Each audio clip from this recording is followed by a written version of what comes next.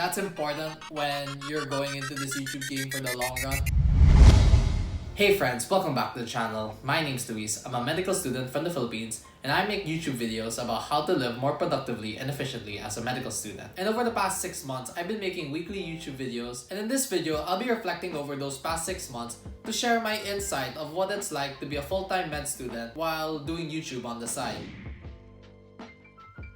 I posted my first YouTube video back in early June, and that video was about why I wanted to start a YouTube channel.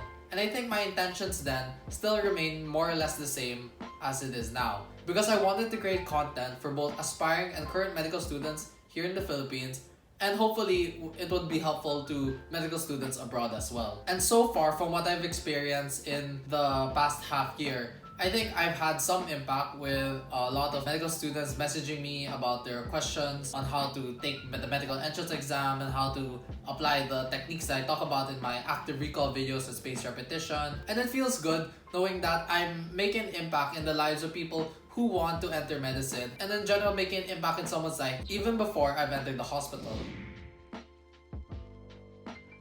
While I feel my videos have made an impact to a certain extent to medical students, I feel that most of the change experience has been on my end, in that being a one-man team has forced me to develop a certain skill set that I didn't have before starting this channel. For one thing, keeping the weekly upload schedule of posting a video every Wednesday at 3 p.m.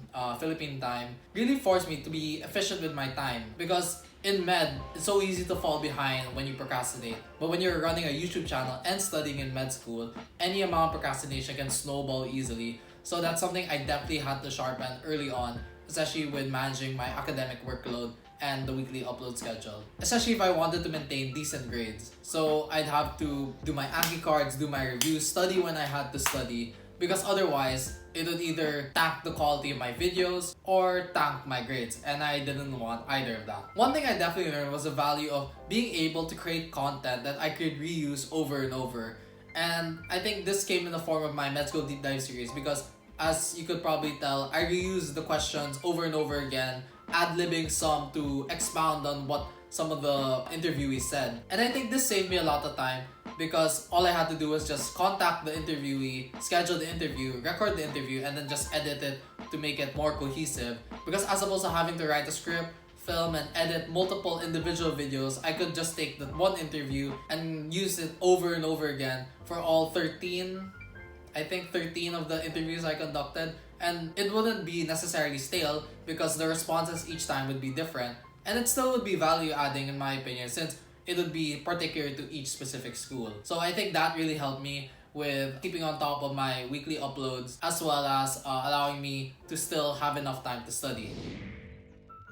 With regards to my grades, I think I was able to achieve what I set out to, and at least maintain decent grades throughout the semester, because I was still able to pass the semester, and not like pasangawa, where I just got the bare minimum grade. I was able to get decent grades for my standards, and I was happy with that because I wasn't really sacrificing the quality of my studies for the quality of the videos. Probably what suffered in my wanting to keep consistency with my grades as well as my weekly uploads was probably the progression with my video quality, because I feel it stagnated quite early on because I wasn't able to study on more advanced techniques or what to improve on. But I think I still was able to incrementally improve my videos. As Ali Abdal says, you just focus on improving your video 1% every time. And I think I did that with whether it was my editing skills, the lighting, including background music, and so on. So I think looking back at my videos from day one to my most recent upload, I think most people would notice a sizable improvement in the quality of my production.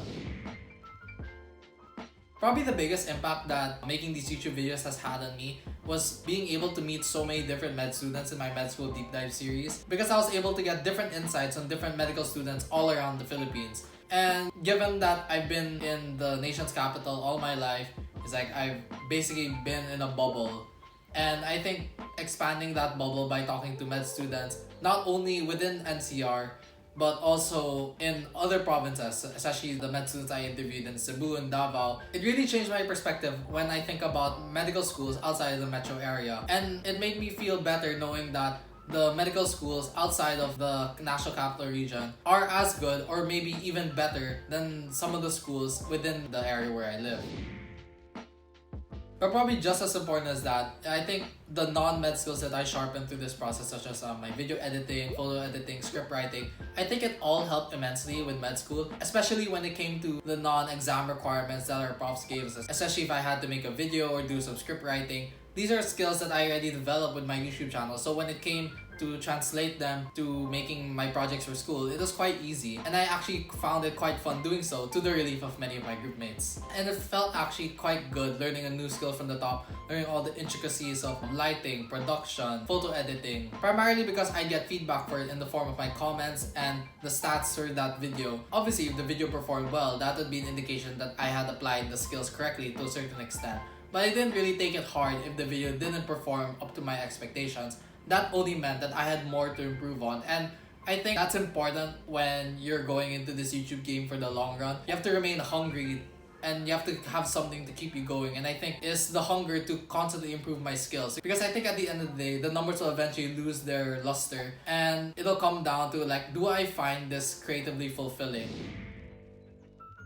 So my plans moving forward in 2021 is to primarily just continue making videos, because it will not only make me better as a content creator, but I also want to continue to make videos that will help students both here and abroad. On top of that, I feel I could also create content with some of my other fellow med YouTubers here in the Philippines, especially the ones who also study at my school, such as Gio Ilagan and Marco Malilin. But really, the sky's the limit for what I can achieve in 2021, because for sure, the quality of my skills as a content creator will improve, and as a result, my videos as well. So thank you so much for being part of my growth this 2020, and I hope you continue to stay with me as we go into 2021. And if you've made it this far into the video, please consider liking and subscribing so you don't miss out on any future videos. Thank you so much for watching, guys. Happy holidays, and see you guys in the new year. Peace.